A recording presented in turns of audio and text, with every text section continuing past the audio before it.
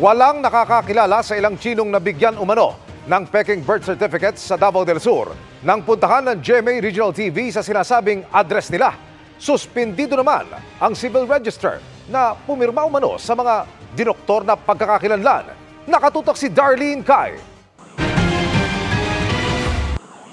Wala sa Santa Cruz, Davao del Sur ang mga inisyuhan ng local civil registry nito ng mga dinoktor na birth certificate mula 2018 hanggang 2019. Base yan sa investigasyon ng NBI Davao Region. Lumabas ding gawa-gawang pangalang Tunog Pilipino ang ipinagamit sa 200 dayuhan na karamihan ay Chinese nationals.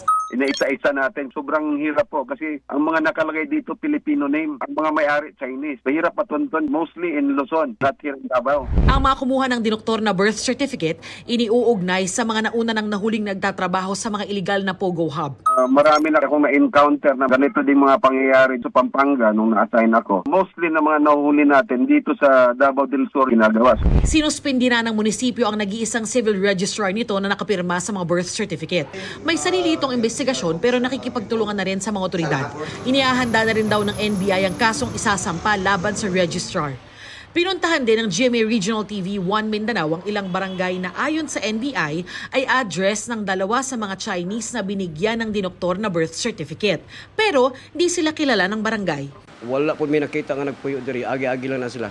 Hinala ng NBI, marami pa ang ganitong pamimeke at maaari umanong pareho sa hawak na Filipino birth certificate ni Bamban Mayor Alice Go na ayon sa NBI ay si Go Waping. Yung sinasabi nating 200 na birth certificate na mga falsifikado 2018 to 2019. So meron pang pababa ng 2018, meron pa ding pataas hanggang 2024. Para sa NBI at sa Bureau of Immigration, malinaw itong banta sa national security dahil maaaring magamit ang peking identity sa krimen.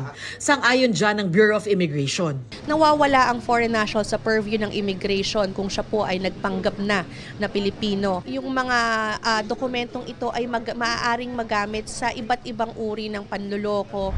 Ang investigasyon naman ng Philippine Statistics Authority maaaring abutin daw ng 1 hanggang 2 buwan. Para sa GMA Integrated News, Darlene Kai, nakatutok 24 oras.